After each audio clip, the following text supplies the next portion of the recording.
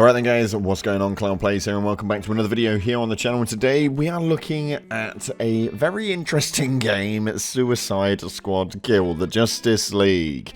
This is a very odd one. This is not something that I thought I would be covering today, as I kind of went into the state of play that was on PlayStation yesterday with a bit of an open mind. But irrelevant to it, we're going to dive on into some of the details inside of this game and why I am extremely concerned about the outcome for it.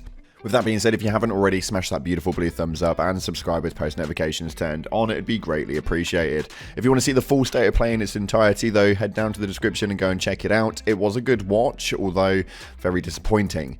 Anywho, with that being said, we are doing a giveaway at 50,000 subscribers, which is close now. If you want to get involved with it, make sure you go down to the description, follow me on Instagram or Twitter, and make sure you're a subscriber here on the channel. Leave a comment on this video, your username and the platform you follow me on, and we can dive onto it. So this game is a really odd one, and although they've kind of really worked quite heavily on the graphical design for it, graphically it's really impressive, and they've really gone for that dark and grungy, evil-esque Suicide Squad feel to the way that the map entirety looks and the way that the actual city looks itself. So there is a really good positive movement there, and I think to play and watch and look at is going to be extremely enjoyable. Although there is obviously a few frame drops throughout the actual trailer and gameplay footage itself, but again, the game is in development, so hopefully it's going to be sorted. But if we continue to see this throughout trailers and gameplay releases and stuff like that before its launch in May, then we are going to start getting a little bit more concerned about this one. Now, the one thing that does confuse me, though, is this was showcased on the State of Play just yesterday, but it's not a PlayStation exclusive. This is going to be playable across PC, Xbox, and PlayStation. You guys are going to be able to download it on the Steam or on the Epic Games Store. But yeah, this was the headline for a PlayStation Plus State of Play, which is extremely confusing. I don't really know why PlayStation keep doing that, but irrelevant to it. We're going to dive on into some of the information that they actually have on the SuicideSquadGame.com in the FAQ section, as there seems to be quite a lot of interesting information inside of this that will probably worry quite a few of you. So we know obviously a lot of the normal stuff right at the beginning of this, of as who's publishing Suicide Squad, published by Warner Bros, just like the Hogwarts Legacy game, which is why this makes this game a little bit more confusing more than anything. But they obviously put where it's going to release and all of this sort of stuff. The platforms it's going to be leading up on is the next generation only, so PlayStation 5, Xbox Series X and S, and PC players only. There is no last gen version of this game, so you guys on PlayStation 4 or Xbox Ones won't be able to actually play this, and it's not going to be releasing on the Switch whatsoever. They obviously go into detail on who it is that you're going to be able to play, such as Harley Quinn. We also have the Clown Princess of Crime, Deadshot, Captain Boomerang, we've got King Shark. So it's a really interesting one when it comes to the actual characters. I'm a massive Harley Quinn fan, so it's definitely something I really want to dive into, and this is going to be a game that I get regardless because I'm a little bit intrigued by it and I think it could do well, but there are some features that we're not really happy about. Although, before we get into those, one thing that is quite good about this is it does state, does Suicide Squad Kill the Justice League have a multiplayer mode? Now, Suicide Squad can be played solo or with up to 4 players in online co-op.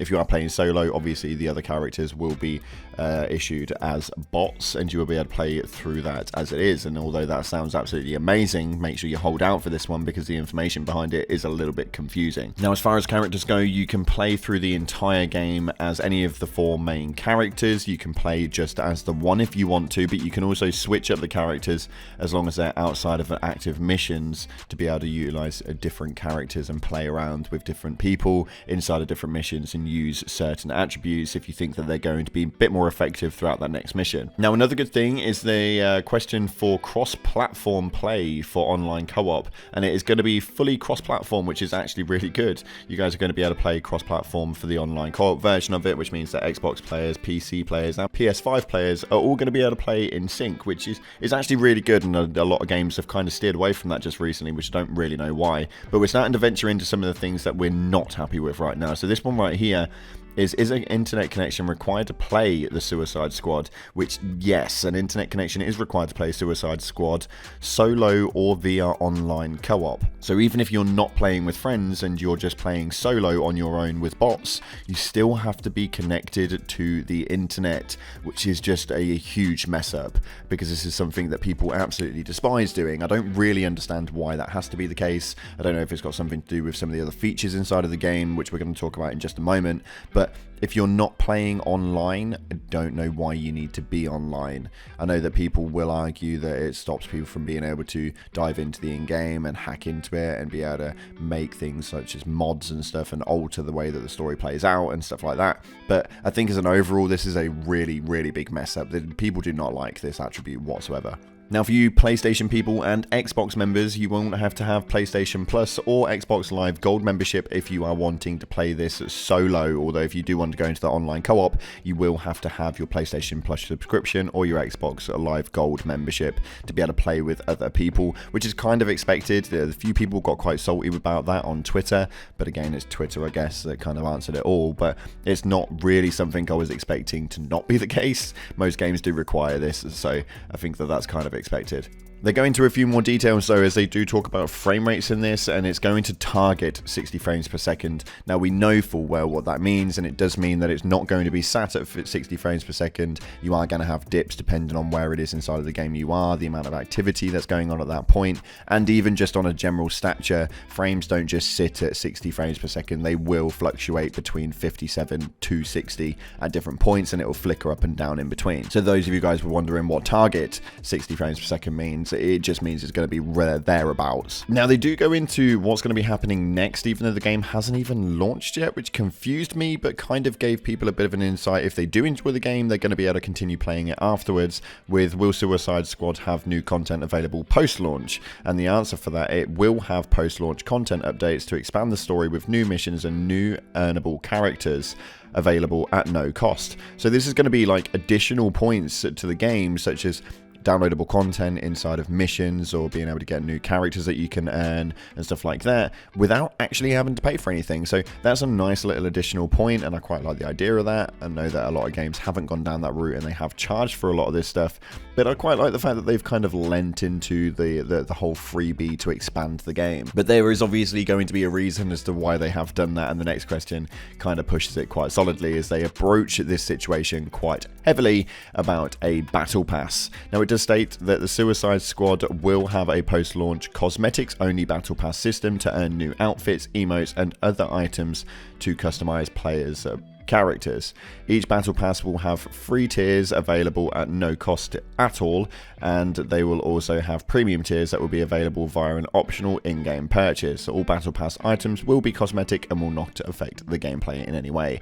I think we see this throughout a lot of games, although I didn't really think this was going to be one of them, but they're obviously not charging for a lot of the downloadable content as far as expansion movement, so it was kind of essential that this was going to happen. And naturally, because there's a battle pass, you guys did guess it right, there is going to be in-game purchases. Now Suicide Squad will have cosmetic items available for optional in-game purchase that can be used to customize playable characters. Each cosmetic only battle pass will only also have premium tiers that will be available via the optional in-game purchase, and all in-game purchases will be completely optional and will not affect the gameplay in any way. Now, they go into the next part, which really hacks me off a little bit. We have got battle passes, we've got in-game purchases, and yet, will Suicide Squad have loot boxes? No, Suicide Squad will not have loot boxes. So essentially what they're saying is if you guys want to customize your character and make it look cool and change the way that it is, then you kind of have to pay for those in-game purchases, or just spring through the freebie in the battle pass throughout the course of it.